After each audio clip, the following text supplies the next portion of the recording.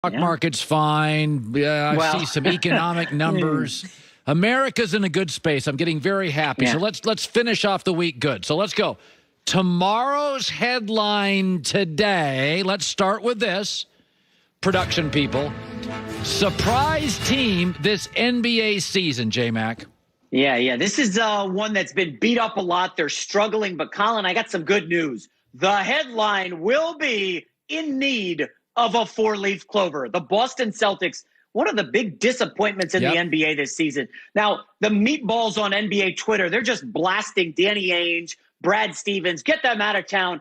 What we haven't seen on the court is the Celtics' big four. Just 28 minutes all season of Kemba, Tatum, Brown, and Marcus Smart. That's it, 28 minutes, Colin. That's why they stink. I just bet on them this week, plus 1,200 to win the East. I think there is value. Colin, this team is loaded when healthy.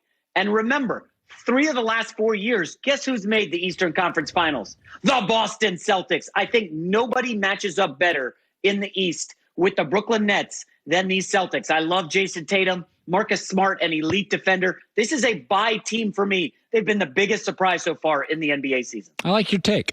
Tomorrow's headlines today. Who's going to be your rookie of the year this season? Oh, boy. Well, this guy, we know him well, of course, right? You know his dad. The rookie of the year will be LaMelo Ball. Don't lie.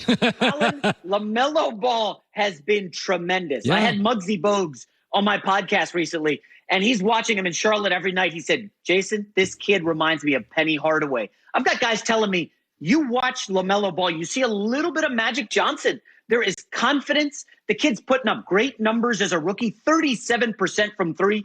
And I know it's a bad, look for Lonzo Ball that LaMelo's doing everything that Lonzo was supposed to do.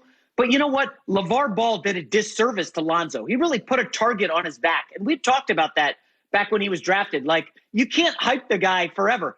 LeVar Ball said nothing about LaMelo. He's just going in and taking care of business. Charlotte is a fun team, Colin, and I will bet you a steak dinner, your restaurant, wherever you're moving to, okay? LaMelo Ball has at least the 4th most TV games next year in the NBA. They are going to put Charlotte all over your TV. He's like the new Luka right now. Everybody loved Luka last year. Now it's the LaMelo Ball story. Good stuff.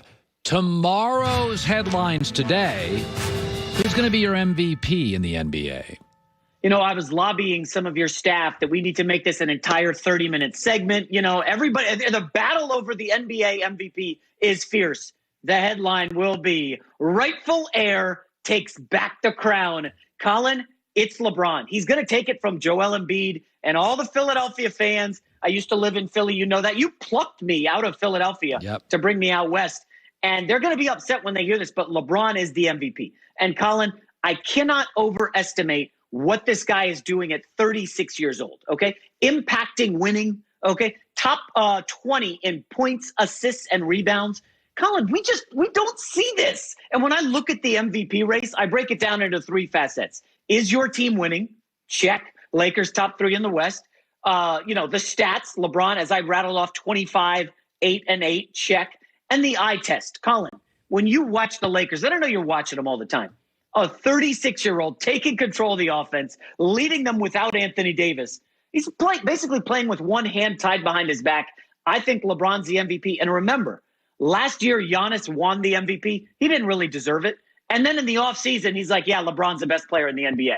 So just remember, if you vote for Embiid and when they get bounced in the playoffs and LeBron goes to the finals again, LeBron is the best player in the NBA. Tomorrow's headlines today. What's going to be the headline for the NBA Finals this season? This is juicy. This is real spicy. The headline will be KD versus LeBron, Part 4. Now, if you remember the first time KD was in OKC and the Heat dispatched them. The next 2, Kevin Durant was in Golden State and they throttled LeBron.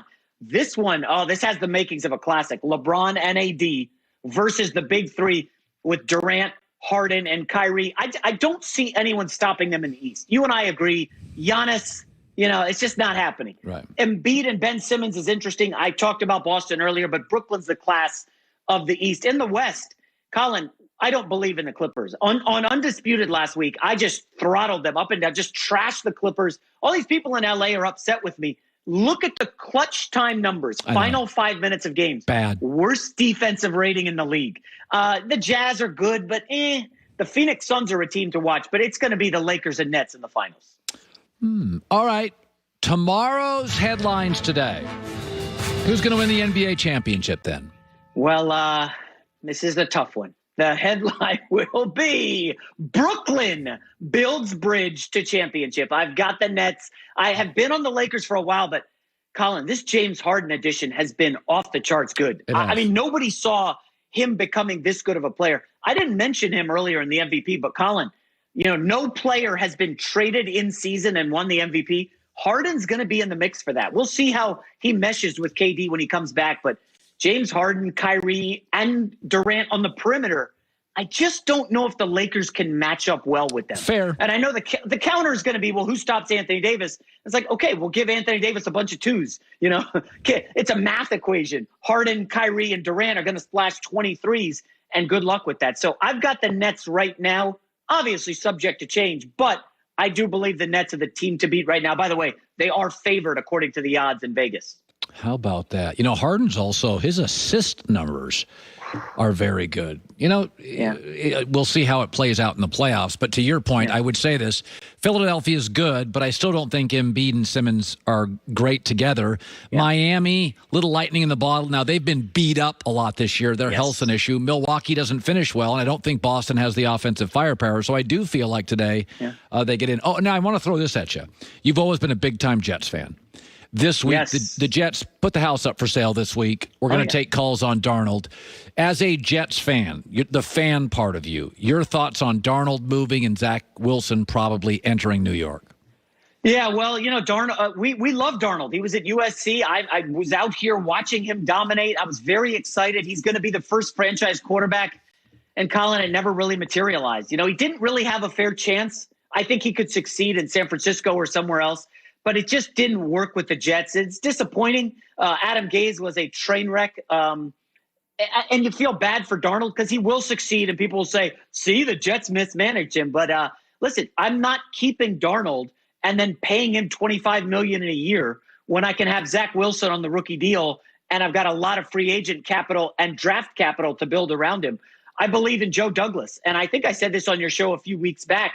Joe Douglas was in Baltimore and won a Super Bowl with Joe Flacco. Okay, Joe Douglas was in Philly and won a Super Bowl with Nick Foles. He understands that you can win with a kind of lesser quarter. He doesn't have to be a superstar. I just believe the Jets can build around him, get better in the trenches, and they can make a run. But Colin, this is what's concerning me. If the Miami Dolphins get Deshaun Watson, you've got to deal with Josh Allen and Deshaun Watson and Bill Belichick still in the division. So the Jets, it's never easy for my team, and my kids are still asking me, Dad, why are you a Jets fan again? I mean, it's every football season I got to deal with this. Good seeing you, J-Mac. Straight fire.